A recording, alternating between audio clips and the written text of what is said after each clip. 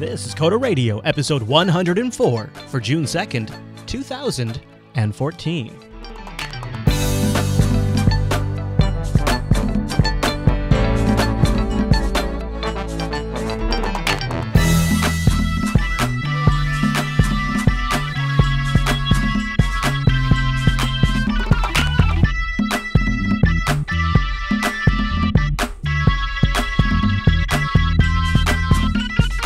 Hi everyone, and welcome to Coda Radio, Jupiter Broadcasting's weekly talk show taking a pragmatic look at the art and business of software development and related technologies. This episode is brought to you by our two fine sponsors, DigitalOcean and Linux Academy. I'll tell you more about those great sponsors this here show goes on. My name is Chris, and joining us every single week is our excellent host on the East Coast, Mr. Michael Dominic. Hey there, Michael. Hi, Chris. Hi, Michael.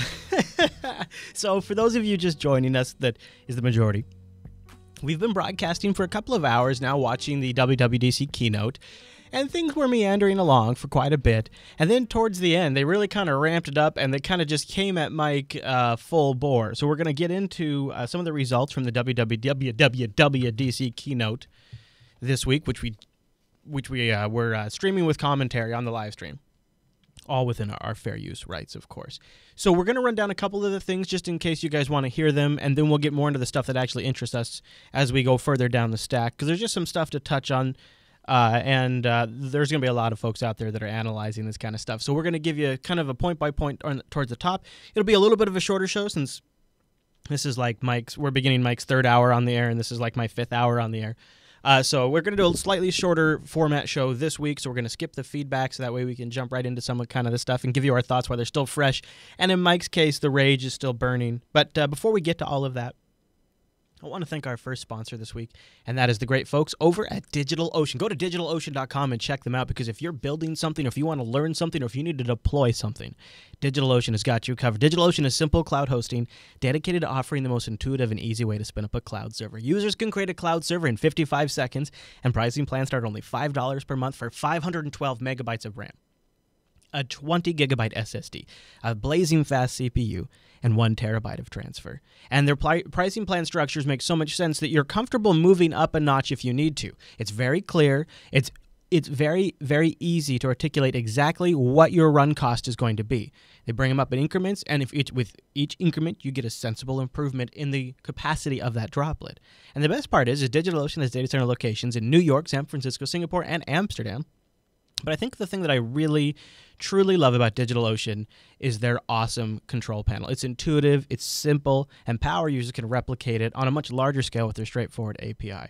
There's a lot of things I could say about DigitalOcean, but I think the thing I'll tell you today is I've been using them for quite a while now, and as I have moved into this new studio and had infrastructure services that no longer made sense to have it all in my house, but didn't necessarily make sense to have it all in the studio either, I can't tell you how many times when I stopped, kind of just slowed down and thought about it, I realized DigitalOcean is a perfect solution for that.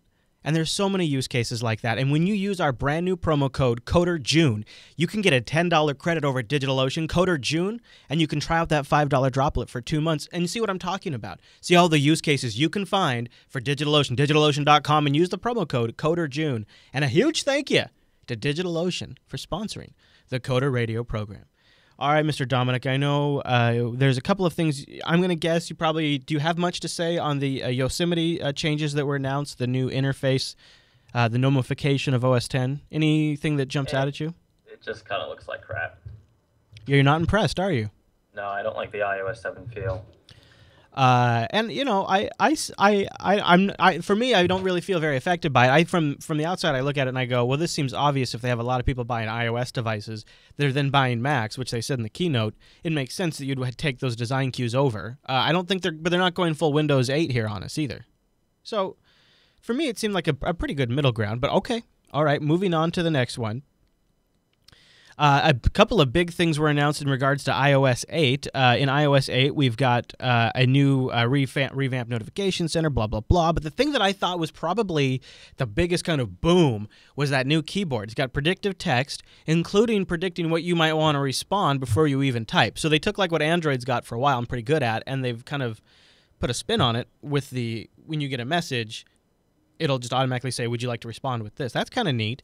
And they've also added a lot of new features to messaging, like voice messages. And they have gestures in there and things like that. Now you can share locations.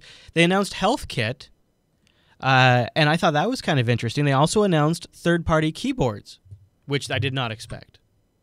So again, these are responses to things that Android's done. I don't know, Mike. I think at this point, when I'm this far in, I'm looking at some of the stuff they're announcing, like Health Kit, Home Kit, these things like that. These seem like Apple kind of saying, hey, you know what? Developers, this release of iOS is more about integrating third-party services. They even talked about the ability for apps to add themselves to the share menu and add widgets to the notification center. I mean, all of that must have been, in somewhat, you thought, a response to some of the complaints you made last week, right? Oh, I'm sure they, heard me and were just ready to go. No, I mean that it is addressing. I'm trying to. Before we get into the hate, I was just trying to find something you might have appreciated. So they made improvements to widgets and notification center, but not a big deal. Like I said on the live stream, they were all kind of half steps, right? Yeah.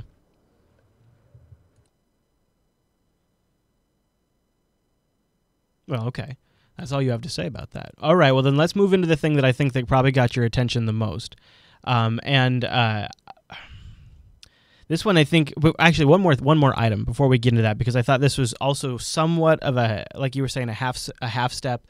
Apple announced that they're going to do some sort of iCloud-like document drive. It's like iDisk, but not iDisk anymore. And this is sort of going to allow applications to share documents between each other on the iOS platform. Yeah. Again, a half step. I mean, none of these things are all that grabbing on their own. I think the big thing that probably sort of surprised Mike and myself the most was the announcement of Swift, which looks like it could have some of the, out of everything they announced today at WWDC, I think this could have some of the biggest long-term ramifications. It could bring some of the biggest change to the market.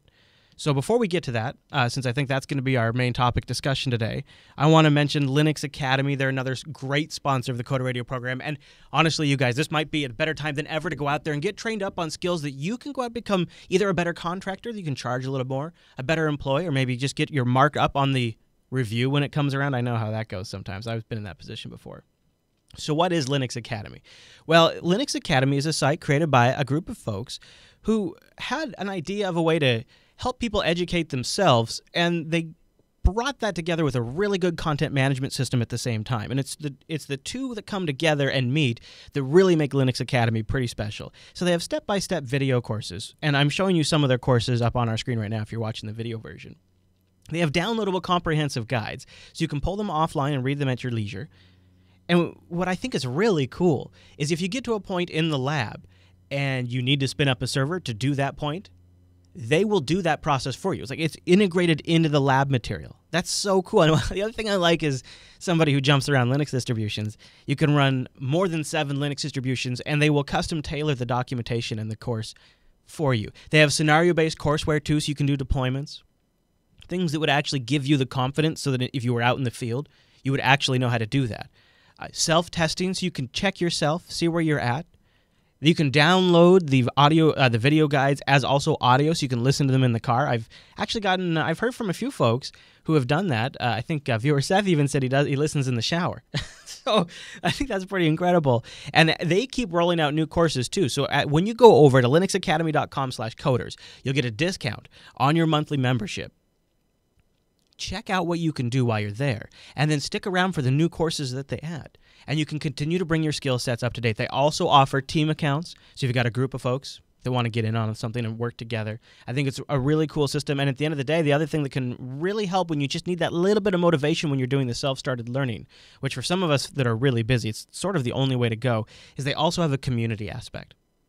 And sometimes that's exactly what you need to go in there and maybe get you over a hump, or ask a question, or see somebody's experience to motivate you to go on. And it's all integrated so well. linuxacademy.com/coders, and a really big thank you to Linux Academy for sponsoring the Coder Radio program.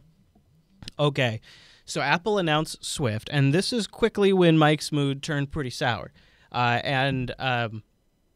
the audience seemed to respond extremely positive in the keynote. I would say this was the point in the keynote that got the biggest applause. And I don't think they really said Objective-C is dead. In fact, they said Swift and Objective-C can live together, essentially. So where do you want to start with this, Mike?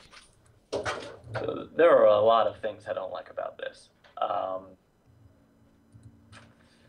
Oh, God.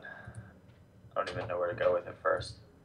Well, all right, so they're not saying Objective-C is dead, right? Right. No one said Carbon was dead either when they announced Cocoa. This is kind of the pattern they like to go with, right? So certainly Objective-C isn't dead, but its days are definitely numbered. And additionally, Swift is definitely designed to be a more developer-friendly language, which is awesome if you're thinking of getting into iOS. Not so great if you've already been there for a while, right? Yeah, you're worried because it lowers the bar for entry, so somebody can just sort of be in high school and make an app. I mean, isn't that the case now? They talked about developers there that were as young as 13 years of age. I think this barrier to entry is already really low. It's low, but see, the current Objective-C toolkit doesn't give you a lot of the things that a lot of developers have gotten used to on other platforms. So maybe, I understand it's kind of a curmudgeon argument to be making, but one of the nice things about being on the Objective-C side of life is that it's just so annoying to work with that a lot of developers don't want to. And the market is still pretty thin. This Swift stuff, I think, is going to be super easy for anybody to pick up. Yeah. I think that's kind of the point. And I guess you could see a dilution of the market. I would suspect for a little while Swift will be so new that there just isn't going to be a one-to-one replacement. I mean, I could be wrong, but I would expect you'll find a lot of folks, well, yeah, I tried Swift, but I ended up just using it to sort of glue these two pieces together, and then I put a little Objective-C in there to finish it up. Or, Yeah. I don't think this means Objective-C is gone. I don't think this means Objective-C is dead even for years. I think what you're going to see is a lot of new developers go directly to Swift within the next year or two, and a lot of older developers stick with Objective-C, but eventually Swift will continue to become more common, right? I do believe I mean, I think Objective-C is on a death watch now. I think we should start the clock. We could even start a pool and take bets when they're going to pull the plug on Objective-C, when it's going to come up out of the ground in a tombstone, like iOS 9 did. Or OS 9, I mean. Yes, I like Shane Kufel in chat. My tooling got better when. Yes, but Shane, I want my tooling to be crappy. I was also upset when they released Arc. So. That is kind of your argument, though. No, that is exactly my argument. I was angry when they released automatic reference counting too, because it was a simple supply and demand calculation, right? But on the flip side, they say that their language will help a lot of common coding mistakes that lead to errors. That could be a really beneficial thing. Right. Again, though, how many projects do I get that other people have blown up because they make memory mistakes in Objective-C? So it's kind of a double-edged thing. But let me put it to you this way. Your Swift is beneficial to you in a converse relationship with how experienced you are with Objective-C, right? Mm-hmm. Especially with old Objective-C. So the further back you went, the more of an advantage all those hurdles Objective-C put on developers were to you. Because once you learn it, you learn it. And I just think because Swift is theoretically going to be simpler to use, and they demonstrated on stage, we'll have to wait and see real world results, but they demonstrated a massive speed improvement. Yes. It will eventually, just in pure adoption rate, just smash Objective-C. And I understand what you're saying, but I still think it takes more than just how hard it is to use a language to make a good app and make a good developer and make revenue. Oh, for sure, yeah. I'm thinking less for developing first-party software and more for client services, low-end customer projects, right? Low-end client come in projects. and fix this. This guy botched this all up, and now this new language might prevent some of those things that have them calling you in the first place. Right. I mean, when Arc became mainstream, we saw a lot less of those. My app randomly crashes, and I fired the other dev team because most of those random crashes were memory management issues. So there's an effect. Now, having said that, Swift may allow, some new opportunities, but they haven't shown me anything new with Swift. They just showed me this is stuff you could have done in Objective-C, but it's so much easier in Swift, and that's a little scary for me.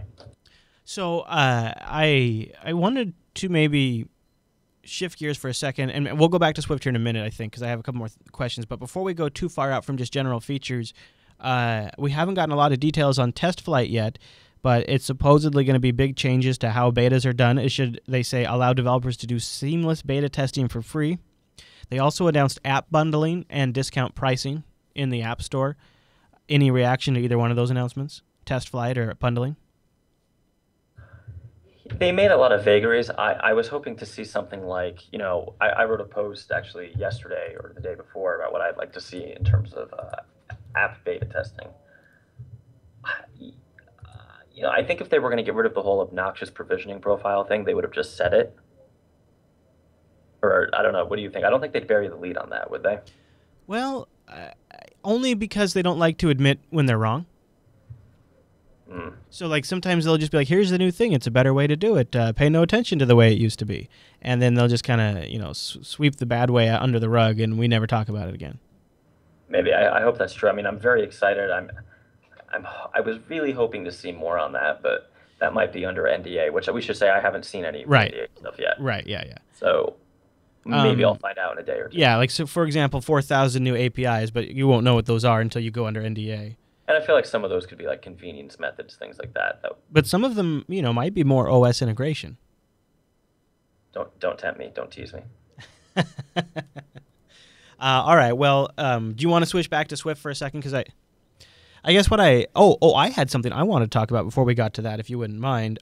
What concerned me from the keynote is Metal. What concerned me about Metal, and this is their sort of OpenGL replacement for iOS, and I don't know about the Mac, but what concerned me about Metal is it looked like it's actually really good.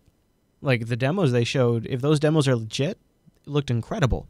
And the graphics, and they were using console engines on an iOS device, on an ARM processor. It just needs an A7. You got to have an A7. But I watched that, and I thought to myself, geez, one of the reasons why OpenGL, as we've seen a lot of people recently grimacing online about OpenGL, people bitching about how hard it is. But one of the things that's helped Linux gaming recently and helped cross-platform gaming in general is OpenGL on mobile. And now, if you take away OpenGL on iOS, I wonder how that's going to affect OpenGL games in general. Well, so I don't think they're going to deprecate OpenGL, though. I don't think they're going to take it away. Right. So I think you're still pretty safe. I hope. I would imagine they're going to, at least not for a while. But again, it could be something like Swift where, Apple hasn't been keeping a lot of cruft around, right, with iOS. It could be something where, in iOS 10 or iOS 9, they get rid of OpenGL. You never know. All right. Okay. Well, so are we going to make this a super short episode? Is there anything else you wanted to cover? I was kind of going through the whole keynote expecting for something more. Yeah.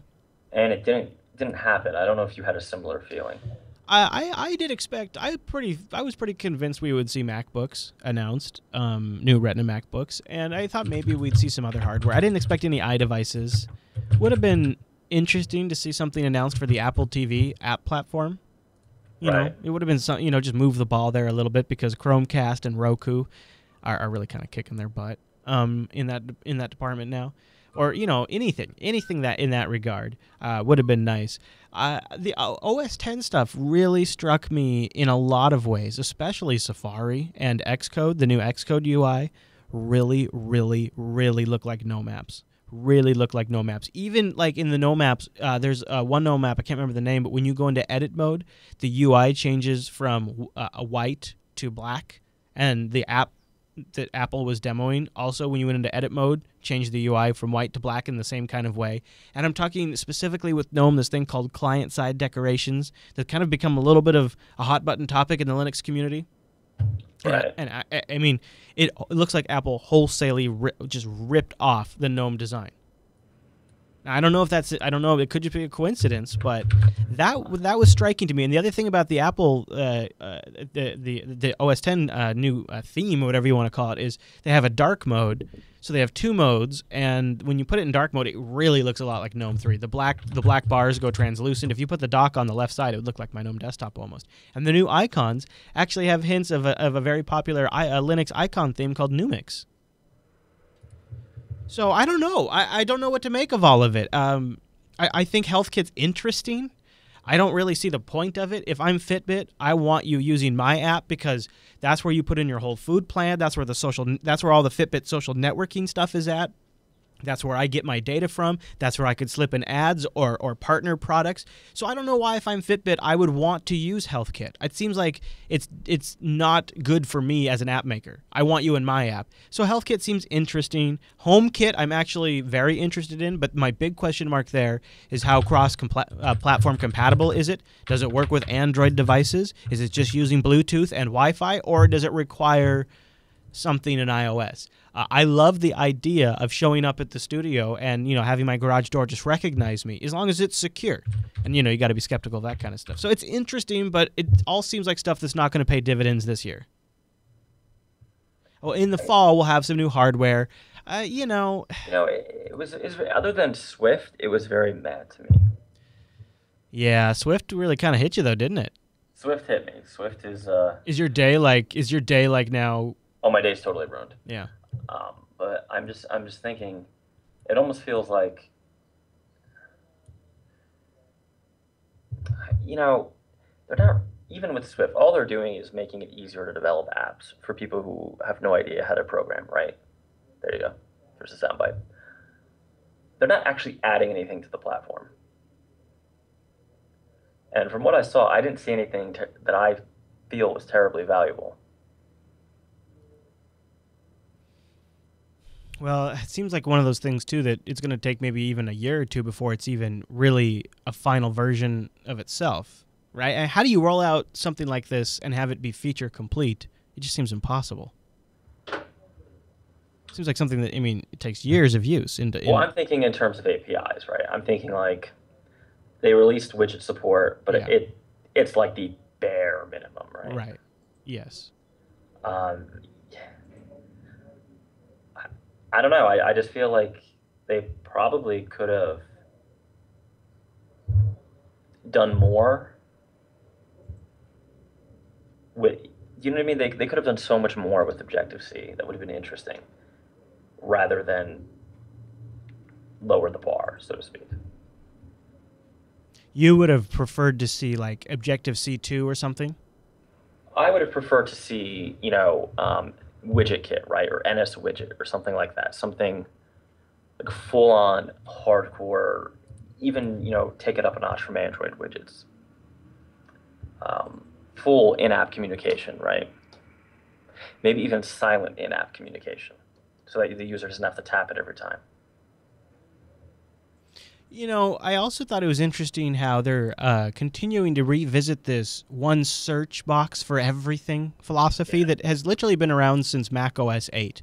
And they've been ripping it off from different companies and coming up with their own version of it. And now they've integrated it in both iOS and on the Mac desktop. And I know I am not probably normal, but I have never in my entire life wanted to do a Google search from my app launcher. And I use app launchers on every machine every day. And I've never, ever wanted to search Wikipedia. I've never wanted to search Google. You know why? Because I always have a browser open. That's why. I'll search in my browser. You know what it is, really? On the whole, this felt like this entire thing was that simplification, not adding functionality. Well, yeah, I kind of disagree in the sense that I think in a lot of ways it was opening up a lot of things to developers.